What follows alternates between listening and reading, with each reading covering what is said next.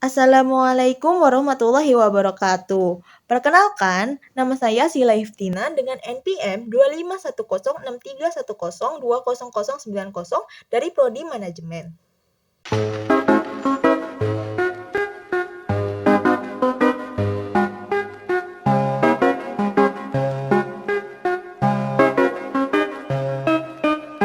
Oke, langsung dimulai saja ke pembahasan mengenai front end.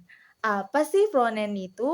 Front end merupakan bagian dari situs web atau aplikasi yang berinteraksi langsung kepada penggunanya. Di front end itu dihadirkan elemen visual seperti tata letak, tombol, dan teks. Nah, Bibli sendiri juga menggunakan web aplikasi seluler dan web socket.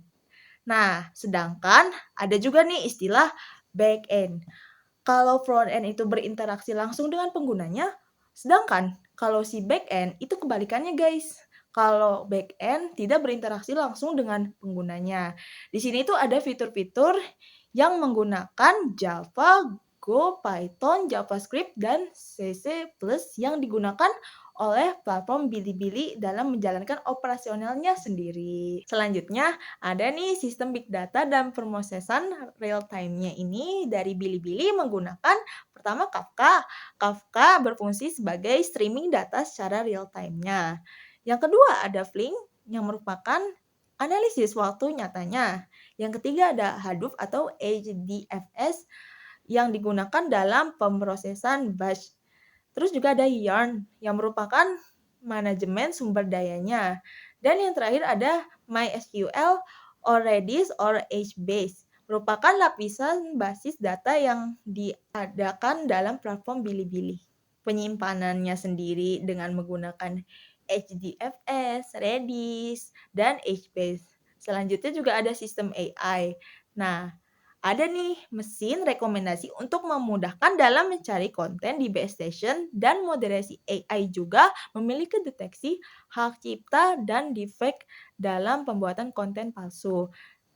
Terus juga dapat berfungsi sebagai menganalisis sentimen komentar serta menyelidiki streamer virtual dan avatar AI dari para pengguna yang nakal. Pastinya ada cloud Bilibili yang digunakan. Kalau cloud Bilibili sendiri itu ada di Huawei Cloud dan Beidou AI Cloud. Nah, berfungsi sebagai penyimpanan video atau VOD, siaran langsung, serta pemrosesan data besar yang ada di Bilibili. Terakhir, ada juga kombinasi CDN dan edge computing yang merupakan evolusi infrastruktur internet menggabungkan nih kecepatan pengiriman konten dengan kemampuan memproses data secara real time. Berfungsi untuk mengurangi latensi, meningkatkan performa aplikasi, dan mengurangi beban pada server pusatnya. Untuk alur bagaimana perusahaan Bilibili mengumpulkan dan mengolah informasi dalam pengambilan keputusannya sih, pertama-tama dilihat dari data terkumpulnya dulu ya. Nah, selanjutnya dari data-data tersebut ini akan diproses dengan menggunakan AI dan big data. Data yang terkumpul ini dapat dikumpulkan dari komentar, histori tontonan, riwayat pencarian, dan lain-lain sebagainya. Maka akan dilanjutkan dengan wawasan yang dihasilkan dari si platform tersebut. Nah, selanjutnya sistem otomatis mengambil keputusan apa yang harus si platform tersebut hasilkan kepada penggunanya untuk menikmati platform tersebut. Dan yang terakhir, pengguna mendapatkan pengalaman yang dipersonalisasi sesuai dengan hobi atau kesukaannya di platform Bilibili. Perusahaan Bilibili pasti ingin penggunanya itu setia kepada aplikasinya. Maka si perusahaan ini melakukan perlindungan data dengan memerhatikan 4 aspek. Pertama, ada aspek teknis. Ini mencakup enkripsi, firewall, dan autentikasi. Selanjutnya ada aspek organisasi yang ada dengan cangkupan sertifikasi ISO, audit keamanan, dan pelatihan karyawannya. Nah, yang ketiga ada regulasi dengan cangkupan patuh PIPL dan GDPR. Dan yang terakhir ada aspek operasional.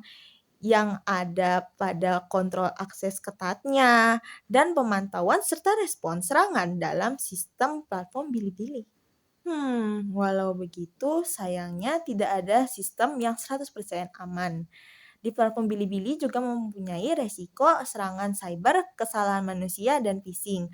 Bahkan Bilibili sendiri mengakui risiko ini dalam laporan resminya. Bagaimana sih teknologi-teknologi yang dirancang oleh platform Bilibili dapat memberikan dampak positif bagi perusahaan Bilibili sendiri?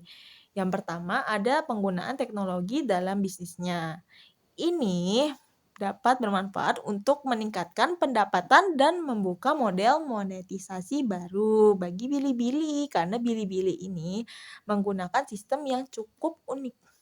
Yang kedua, dalam penggunaan teknologi operasionalnya yang bermanfaat untuk efisiensi biaya dan sistemnya serta menciptakan sistem lebih terukur dan stabil. Yang ketiga, penggunaan teknologi dalam pengalaman pengguna yang lebih personal dan interaktif. Serta yang terakhir, teknologi untuk strategi aplikasi dengan menggunakan unsur teknologi yang lebih kompleks, keputusan lebih cepat, dan menghasilkan informasi berbasis data yang diinginkan oleh penggunanya. Iya, itu saja yang ingin saya sampaikan pada analisis perusahaan penyedia platform Bilibili. Saya pamit, wassalamualaikum warahmatullahi wabarakatuh.